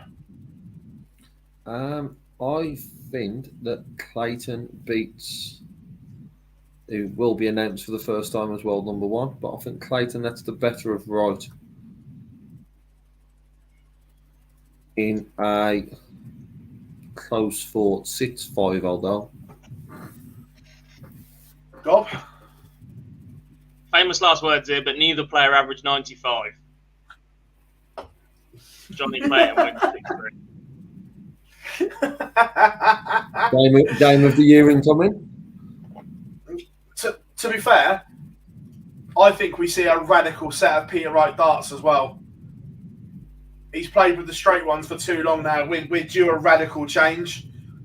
So it wouldn't surprise me if we see a dumpy barrel with a long stem and a kite flight. He's got to have something special for a... Obviously, this date's been coming in without him being well number one. It was always when he was going to be, not if. So there's going to be something spectacular about his first time. Whether it'll be another new outfit of some sort, or it'll be something different with his flight or his darts. There's going to be some mark to it with the amount of back and forth between him and Price. So yeah, I would expect something. Darts would probably be the way he'll go, with some sort of... Yeah. I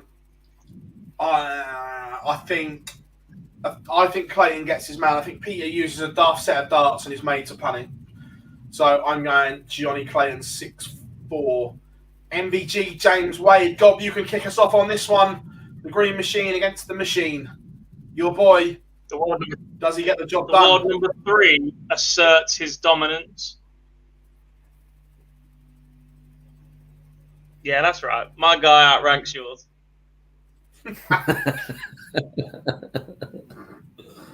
My guy beats your guy, though. Have I got a deciding vote? God, this is horrible. This is horrible because people know how much I dislike James Wade. However, I think James Wade will beat Van Derven on Thursday. I think Wade, that's the better of him. Where's the off button? I think MVG 6'3", 6'4" for me. And then the final one, Joe Cullen is in need of a victory against Gavin Price.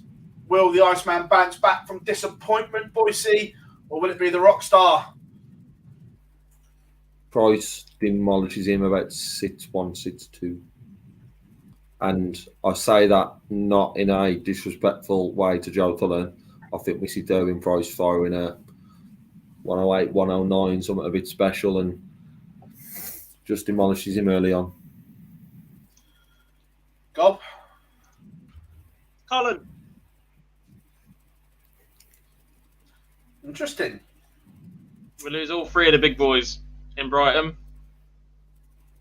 I say that, one of them's ranked 5th. We lose 1, 2, and 5. Gob's carving it up. So from your semi-final lineup, boys, who makes the final and who wins night 5 in Brighton?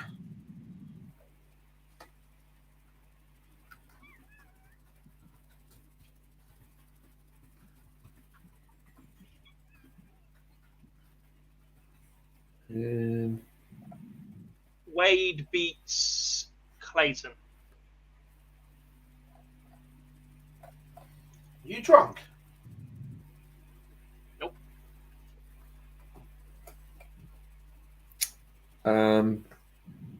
All Welsh final, and Derwyn Price is the first player to win 2 Premier League title nights, whatever you want to call them. Stand in front of the sign, stand in front of the Brighton sign. That's what he wins, to stand in front of Brighton. No, he wins a televised title. Every match matters. You know this tagline, boys. Do you come on?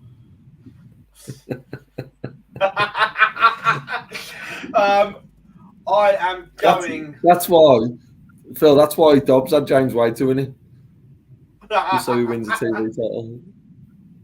I am going. MVG beats Johnny Clayton in the final and wins back-to-back Premier League nights.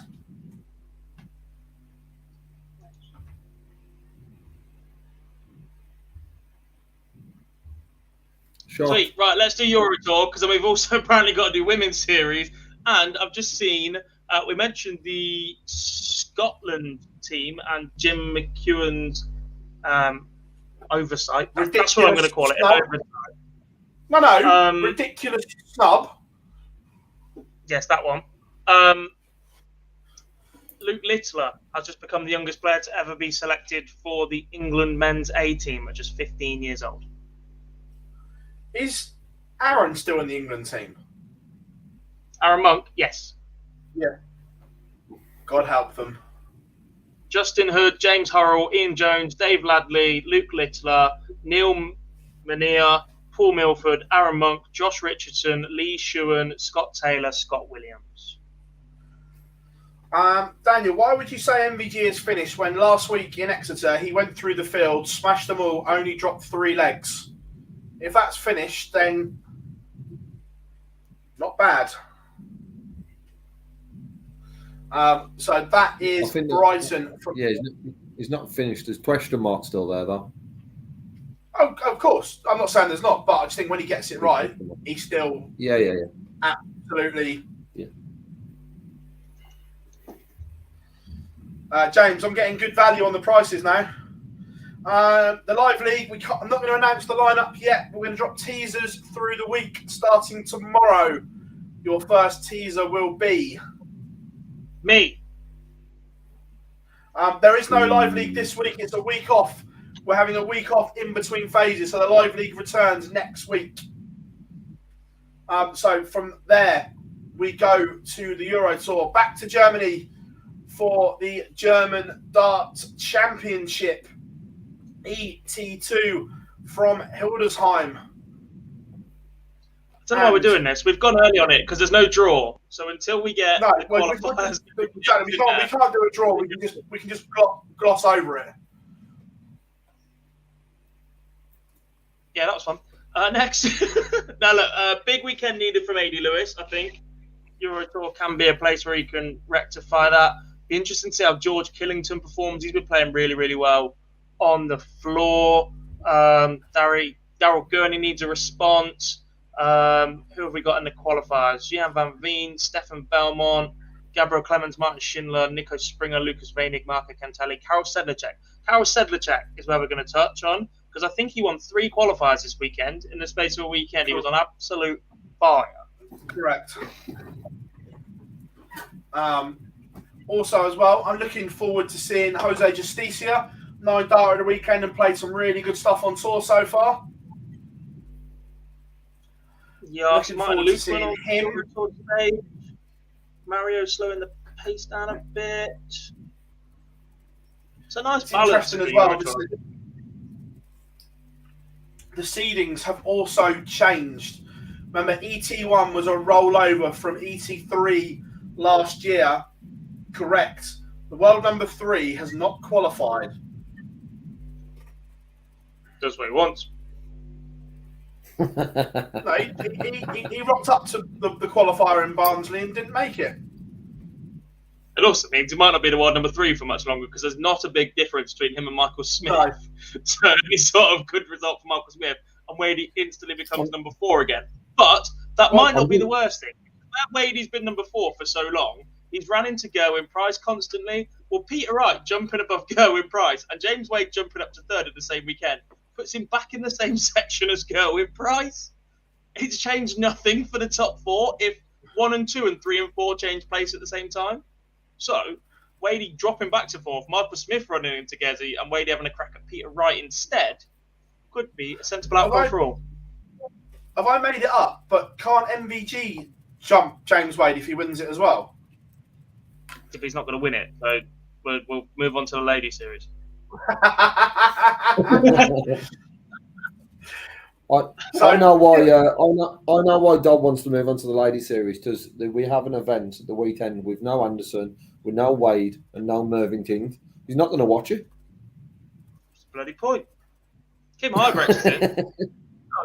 I'm looking forward to seeing Dobie as well. Right, Chris Dobie cannot continue to play as well as he is and lose games. It took a brilliant performance from Michael Smith to beat him at the UK Open again. You cannot keep doing that and not win some games. Agree. Totally agree. And as always, when we talk about Dobie, the best wartime, as we always mention, don't we, Dob? No, stop sucking up. It that really not isn't, and I love those, but it's horrendous. Go back to local hero. Back to anything but that. So yeah, of course, we're looking forward to the first lady series of 2022 as well. The names aren't released yet, but a little bit of inside info, Gob. We have record numbers have entered so far. Yes, I've heard 84 entries so far. I have a couple more to go at least, and that includes the fact there's about 10 to 15 from last time that were pretty high up on the order of merit that have opted for the Isle of Man tournament for the opening weekend, the WDF ranked event instead. So it looks like, despite concerns 4 or 5 weeks ago now, I think we sat here when we had the first dribble of numbers, that actually they were pretty poor, and at one point there was more markers available than there was players going to be at the event. It's turned it around, and it looks like everybody's taking the chance and the opportunity this time around. Whether it will just be for the first event of the year, like we sometimes see with a development tour where there's no qualifying, Q school, etc., you can just rock up and play, etc. Whether we are getting a little bit now of the rest of the world being opened up a bit. There's no real COVID in the UK. Not there's no COVID in the UK. There's no COVID restrictions or anything in the UK that would restrict travel coming in for the players. There's no quarantine period. There's no massive time out of work. And if female players from around the world have been aware of this for about 18 months now, they can start building their game up. Who said it in the chat room? Marcus, as a player coming from Iran to play in the women's series. Indeed, we saw Mikuru travel with a playing partner last time, and we literally had one European in the entire event for the last block. So hopefully we see a few more of them, Eileen de Graaf, and the ones that we're more familiar with from the rest of Europe. Dana Verhagen. I don't want to call her Mrs. Kid Hybrex because that was how she was referred to last time, but they've got the surname on it. I really hope the Asians come over, because Yuki Sakaguchi was a joy to watch last time. That's her name. Is Anna allowed to play in the women's series? Pass. Pass is the honest answer. Judging by the fact that Boris Colson withdrew from the UK Open at very, very short notice, I'd expect not. Unless she has a UK flag. Yes. But yeah, look, that would muddy the... Well, I guess that's something else to talk about, what we were talking about earlier. If one allows it under a UK flag and British passport, then it muddies the decision for the other one. Yeah. But look, again, I don't get some of the ladies' decisions either that have gone to the Isle of Man. I genuinely don't get it. With what's on offer at the ladies' series now, with the money and the carrots on offer of World Championships, Grand Slam, and the ladies' match play, I'm slightly baffled why some have gone to the Isle of Man. Yeah. Add to potential, I don't know if to do it then for the top 8 that in Q-Stall paid for as well. I don't know if that's a follow-on from what they did this year. But the incentives that are there, especially early on, because you can build yourself into that ranking. If it's the back end of the year and you're talking they are now 40th, and then there's another potential opportunity in the WDF, then maybe it would make sense. But especially the first one with the announcement of the match play, I find it very, very strange.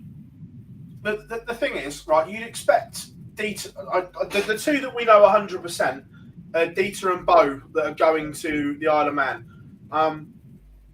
So, in a normal thing, you would expect Dieter to comfortably be in that top 8 of the Order of Merit and go there and get a match play place. But missing the first 4,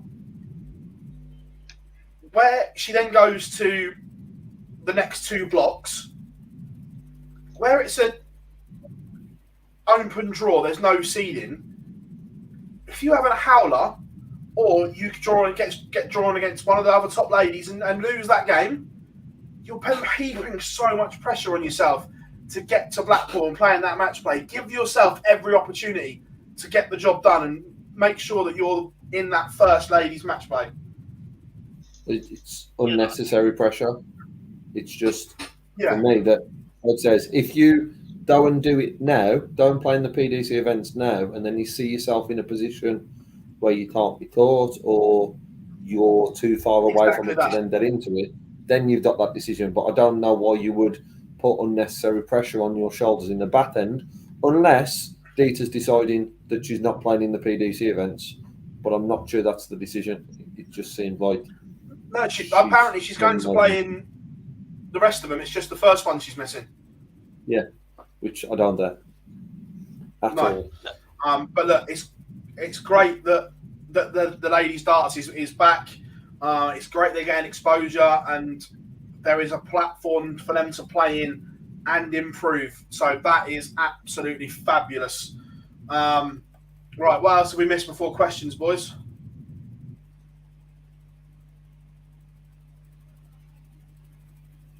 Don't think there's anything else.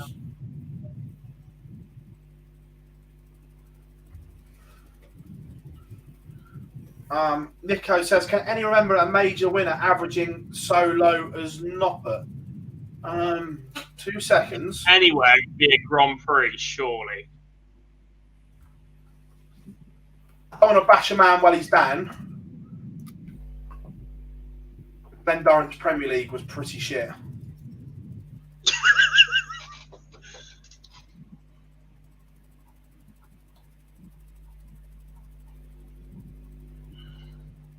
I just remember it being an awful finals night because it was behind closed doors.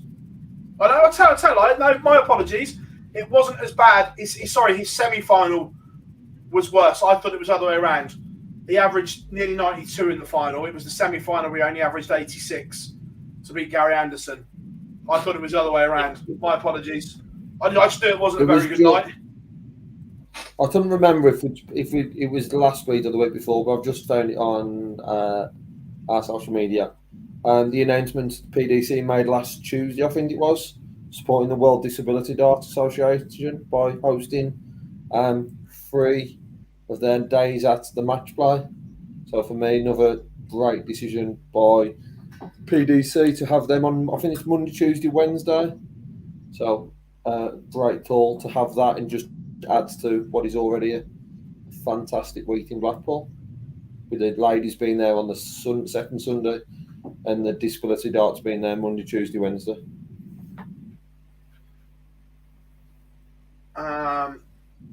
Said your thoughts on MVG's comments on Heta. You guys think his style is boring. So I didn't actually hear the interview because it was with Viaplay. But Damon's methodical. Fair one? Yeah. Yeah. There's plenty out there that are more difficult to watch than Damon Hatter. He's not the fastest, he's not rat-a-tat-tat. You can see there's clearly a difference between what Keane Barry and Ricky Evans and Michael Smith produced in terms of aesthetics, but gets the job done. Yeah. I can only scroll back so far in the chat, so I can only get back to when we were talking about Brighton Premier League. So if I've missed anything, can you whack them back in, please, guys? YouTube seems to have changed it. You used to be able to scroll all the way back to the start of the chat. There's quite a lot in there tonight. Yeah. Any TV coverage for God rolling is bad. any TV coverage for the Masters Seniors? I'm guessing all will come out soon. Yeah, discussion still underway. I don't think it's under wraps for me to say though that I don't know the entire breakdown of this format, but it will be set play best of 3 legs. The old Masters format. The old Masters format. Yes. I like that.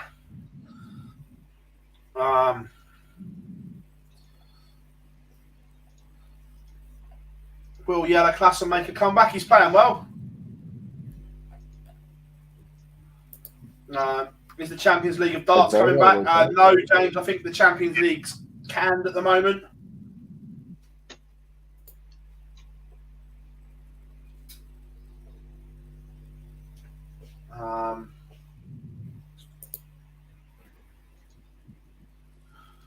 Could it be a big divide in the field because of the massive difference in the women? Yeah, look, let's be right. The top 2 are a class above. Then for me, you've got another group just below them. And then you've got a group below that. But the only way that gap narrows is by playing each other regularly and improving that way. The same as, go back to when the PDC first started. It wasn't like it is now. There was some absolute shit being thrown when they first split. I think, well, look, let's not sugarcoat it. There was some absolute horrific stuff. Yeah, it's just the fact you just said that twice in 5 minutes for some things that don't need it. When we swear on this show, look, we're not against it, but it just tends to be for something a little bit more essential. And the first time he said it, he was wrong. Yeah. Shock. You know the rules. Never let the truth get in the way of a good story. Yeah, I even muted Lynn in the show the other day. Yeah, the problem was, PB, we both had control, so he was quickly muting himself. We just kept muting each other. Great show. Do you think Adrian Lewis is finished? Look, with the ability he's got, you can never be finished. But he needs to find some consistency. When it's good, it's still as good as ever, as we saw at the weekend. But when it's off, it's off. So he needs to find a playable B game. The problem with that sort of question, saying someone's finished, it's what we mean. Is he down to reach the levels he's reached before, or is he going to continue as a professional darts player? It's what we're classifying as being finished. Do I see him down back to where he was? Possibly not. Do I see him still having a long career in the PDC? Potentially, can he get back into the top 16? Of course he can. Do I think he'll go on and win more world titles? There's no signs of that I've seen at the moment. So using the word finished, I'm always a bit unsure of. Yeah, no, I agreed. It's the same with MVG. When there's the one earlier, PB, when they said MVG's finished, I can't remember who it was who said it. But to what? To the level that he was at before. Can he get back to there is a completely different question to someone is finished in the sport, because we saw last week that he can just reel off a fantastic night. Yeah. What's your thoughts on Laura Turner possibly making the top 8 ladies? Look, Laura Turner has won multiple titles within the WDF system, which says she can compete. So, can she make the top 8? Absolutely, Craig. Look, is she as good as Fallon and Lisa? No. But she's won multiple titles. So, yeah, 100% she's a danger for that top 8. I hope Katie Sheldon can take some inspiration from Keen Barry's one. Yeah, look, me and Gob did all the ladies series last year. Katie Sheldon was one we were always raving about, wasn't it, Gob? That the Irish lass can play. She can. Solid action, straight down the middle, entertaining, and a little bit pacey. Just how we like it. Yeah. How devastating is the loss of Smith? I remember Wright overcame the PL and won the next tournament. Can Michael do the same? Look, we've said it time and time again. Michael Smith has all the ability in the world. He just needs to get there with it. And can he? Absolutely. I think the big difference is the opponent, isn't it? Peter Wright ran into Phill Taylor and Michael Van Gerwen until he got over the line. Peter Wright didn't really have an early runner-up against a Danny Noppert in the fashion that Michael Smith did. And it was almost perfect because actually, since the World Championships, we've been sat here saying that there's a bit of a worry with Michael Smith. He hasn't produced in the Premier League. It took him 4 weeks to get a win on the board and flat at the Masters, I think. But other than that, we haven't really had a great deal of opportunity to see him in full flow in a longer format that he's clearly become adept at, to World Finals, match play, etc. So the chance he gets to get into a tournament and go deep at the UK Open makes another final. It would have been the perfect time to back it up and go, actually, this is the monkey off the back. Yeah. Do you think they should scrap the Premier League? Jack, there's one main reason that the Premier League will never get scrapped is because it produces millions upon millions of pounds. So, could we do without it? Oh, 100%.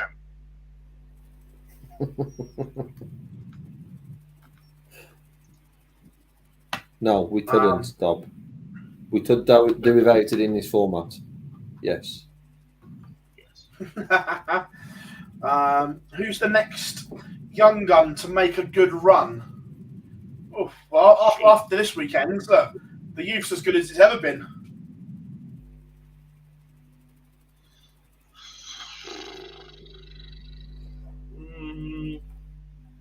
It's got to be Josh Rock, hasn't it?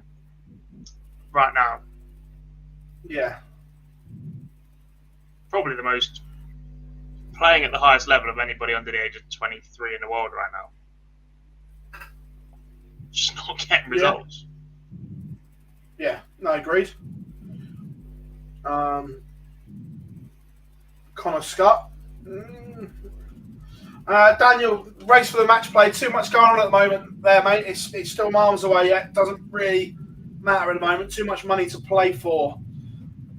Do you think there needs to be a new darting organisation to replace the BDO like AEW to WWE?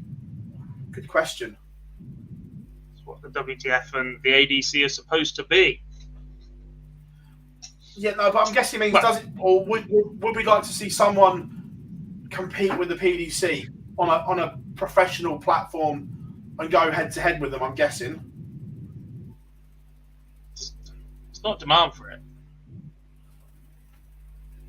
Yeah, I don't think there is. The monster that's been created by the PDC, I don't know how you'd be able to compete with that. It's just we just spoke about the Premier League. You spoke about the Premier League and how much that makes from a supposedly glorified exhibition, and that's millions and millions of pounds. I don't know how you then go and compete with that. The only way you'd do it is if one of the big TV companies backed it, like BT Sport or something like that, and just chucked. You'd need a blue chip sponsor to back your entire. It would almost be a football Super League. But the problem is those matchups get boring very, very quickly, and the fact that the PDC has the infrastructure to just keep churning out these players, and the only way you're going to entice anybody to your setup, because grassroots darts is it's frustrating, and everybody always says you need to do new things a bit, but every time you try something new, it gets shut down a bit. Darts is always going to be the same at amateur and grassroots level. You're going to have your local leagues. The first opportunity you get to play anything sort of competitive, you're going to be not in a team. You're going to be playing for yourself. It's just not going to happen. Yeah. Can't wait for the Saudi Darts Corporation, like the golf. Don't worry, Jar. Barry will take their money and just go there for a World Series. Can't drink there. No chance.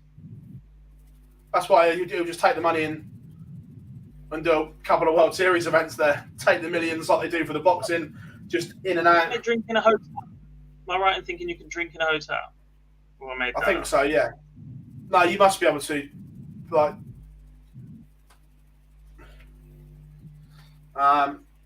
so that is that. I think, boys, Fergie time is just about up, boys. Yes. I didn't say how long was on the board. He must have said about 8 minutes. Gotta say, this week's show has absolutely. It's that third. It won't be there, Jar, because of the logistics of that week, where all the players are. It will be in continental Europe. Just a matter of where, because it's literally straight after the World Cup, so they won't be able to get production and everyone there easily. So why not? The strong money says the German World Series comes back. But everyone, absolute blistering 2 and a bit hours. Like we say, we went into Fergie time, as Boise likes to call it, at Old Trafford. So that is it. Absolute superb show. Thank you very much for all your support over the weekend here at Online Darts. It has been absolutely amazing. That is us signing off. Excuse me. We will see you this weekend, where Gob and I will be here for the Ladies Series. Keep an eye on that, and the Euro Tour here at Online Darts. We've got a few interviews dropping this week as well, so keep your eyes peeled for them. But that is us, guys, signing off for now. I've been Phill Bars, Jack Gobby Garwood, Lee Boyce. Absolute pleasure, boys, and we'll see you all next Monday.